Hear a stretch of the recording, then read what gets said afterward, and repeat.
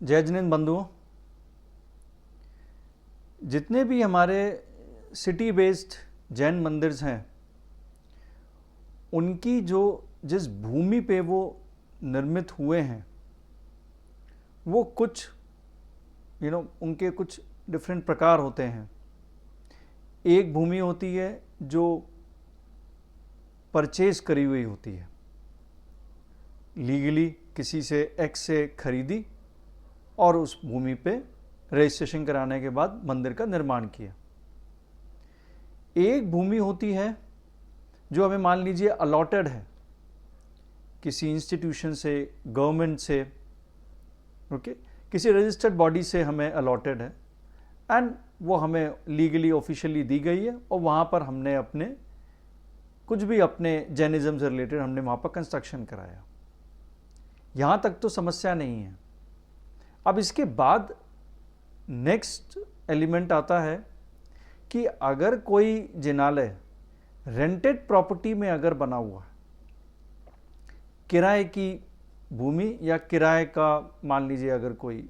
Structure है, कोई building है, वो किराए का है रेंटेड प्रॉपर्टी पे, और वहाँ पर कई वर्षों से या दशकों से जिनालय खुला हुआ है,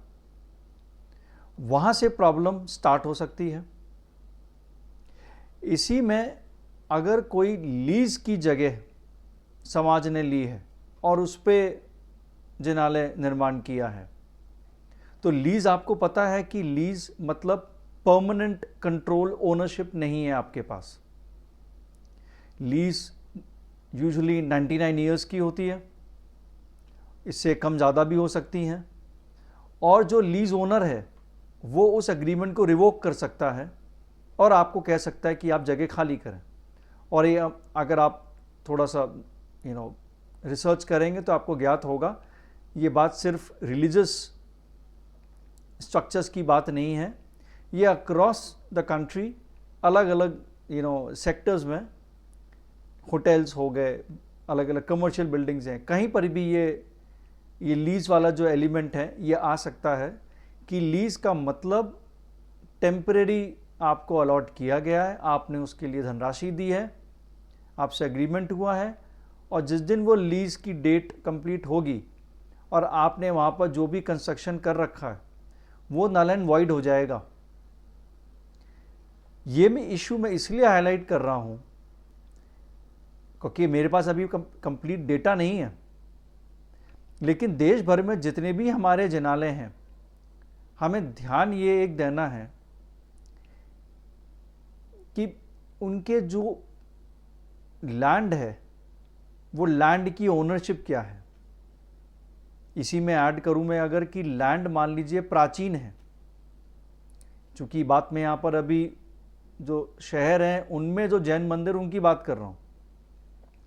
तो वो अगर 100, 200, 300, 400, 500 वर्ष के अंडर में आते हैं,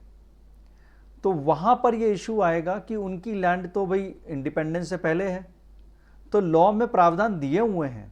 कि इंडिपेंडेंस से पहले या पर्टिकुलर टाइम पीरियड से पहले जो भी रिलीजियस स्ट्रक्चर्स हैं, यहाँ पर जैन मंदिर्स हैं, तो उनके ऊपर क्या क्या उनको लीगल सेफ्टी मिली हुई है। इस कारण से उनके ऊपर बहुत सारे एक्शन नहीं हो सकते हैं गवर्नमेंट के, एडमिनिस्ट्रेशन के, लेकिन आपको वो लीगल नॉर्म्स फुलफिल करने पड़ेंगे टाइम टू टाइम। जैसे सरकारों के नए नॉर्म्स आते हैं, आपको वो नॉर्म्स समझकर फुलफिल करने पड़ेंगे, जिससे कि जो प्राचीन भूमि है, प्राचीन भूमियों पर जो जिनालय बने हैं उनके ऊपर संकट नहीं है, लेकिन जो लीज और रेंट के ऊपर जो जिनालय बने हैं उनके ऊपर संकट आएगा। हमारे दोनों ही पंथों में जो मुनि संघ हैं वो इस पे बात पे बहुत जोर देते हैं कि भूमि को खरीदो अपने पैसों से और फिर इसके ऊपर जिन संस्कृति का कोई भी कंस्ट्रक्शन करो। रेंटल प्रॉपर्टी पे और लीज पे, दोनों पे ही स्ट्रॉन्ग उनका कहीं पर ओपिनियन है कि उस पर कंस्ट्रक्शन मत करें, क्योंकि कभी ना कभी उसमें कोई ना कोई इश्यूज आएंगे, कोई अन्य समुदाय उसके ऊपर प्रॉब्लम लेके खड़ी कर देगा। लेकिन अगर आपने जगह खरीदी है तो ऑलमोस्ट अराउंड 100% आपके ऊपर समस्या नहीं आएगी।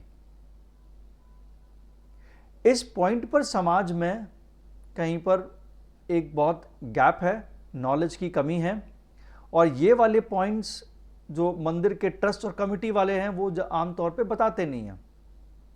मेरा प्रयास उसी डायरेक्शन में है कि आपको उससे अवगत कराऊं कि ये इंपॉर्टेंट पॉइंट्स हैं। तो आप अपने शहर के आसपास अगर ऐसी कोई स्थिति है तो वहाँ पर लैंड ओनरशिप को आप देखिए कि ज़मीन का जो पट्टा है वो क्या है, किनसे मिला हुआ है, इसकी ओनरशिप स्टेटस क्या है, क्रॉस चेक करिए, जिससे कि आने वाली कभी अगर कोई मेजर प्रॉब्लम आएगी तो उससे हम अपने आप को हम सेफ कर पाएंगे। सादर जय जिनेंद्र।